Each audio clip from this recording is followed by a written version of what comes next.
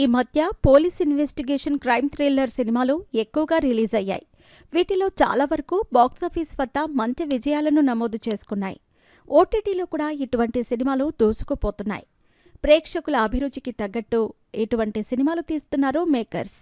ఇప్పుడు మనం చెప్పుకోబోయే మలయాళం మూవీలో ఒక సైకో కిల్లర్ని పట్టుకునే క్రమంలో మూవీ స్టోరీ అంతా తిరుగుతూ ఉంటుంది. మరి ఈ మూవీ పేరేంటి, ఎందులో స్ట్రీమింగ్ అవుతుంది అనే వివరాల్లోకి వెళితే, ఈ మలయాళం యాక్షన్ థ్రిల్లర్ మూవీ పేరు DNA. ఈ మూవీకి టిఎన్ సురేష్ బాబు దర్శకత్వం వహించారు. ఏకే సంతోష్ దీనిని రచించారు. ఇందులో అష్కర్ సౌదాన్, రాయ్ లక్ష్మి, బాబు యాంటోనీ, అజు వర్గీస్, రెంజీ పనిక్కర్, హన్నా లేజీ కోషి ప్రధాన పాత్రల్లో నటించారు. దీనికి శరత్ సంగీతం అందించగా, బెంజీ ప్రొడక్షన్ బ్యానర్పై కేవి అబ్దుల్ నాజర్ ఈ సినిమాను నిర్మించారు. ఒక గ్రిప్పింగ్ ఇన్వెస్టిగేషన్ థ్రిల్లర్గా ఈ సినిమా తెరకెక్కింది.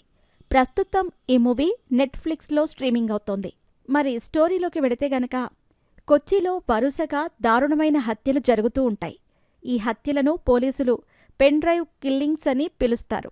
ఎందుకంటే చనిపోయిన ప్రతి బాధితుడి నోటిలో ఒక పెన్ డ్రైవ్ కనిపిస్తుంది.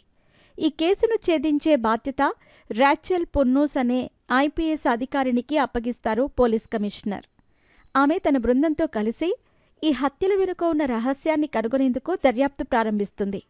ఆ తర్వాత లక్ష్మి, ఇందులో నారాయణ్, హన్నా అనే రేడియో జాకీలు కూడా పరిచయం చేయబడతారు.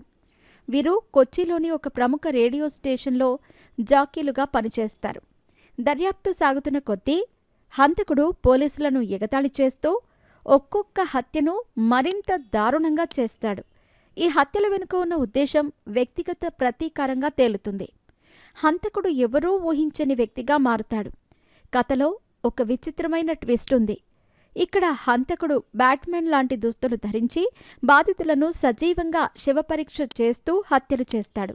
రాచెల్, ఆమె బృందం ఈ కేసును ఛేదించటానికి అనేక క్లిష్టమైన సాక్ష్యాలను సేకరిస్తారు. చివరకు హంతకుడిని రాచెల్ పట్టుకుంటుందా? అతడు ఎందుకు హత్యలు చేస్తున్నాడు? చంపేటప్పుడు పెన్ డ్రైవ్లను నోట్లో ఎందుకు పెడుతున్నాడు? మరి ఈ విషయాలను ఈ మూవీ చూసి తెలుసుకోండి.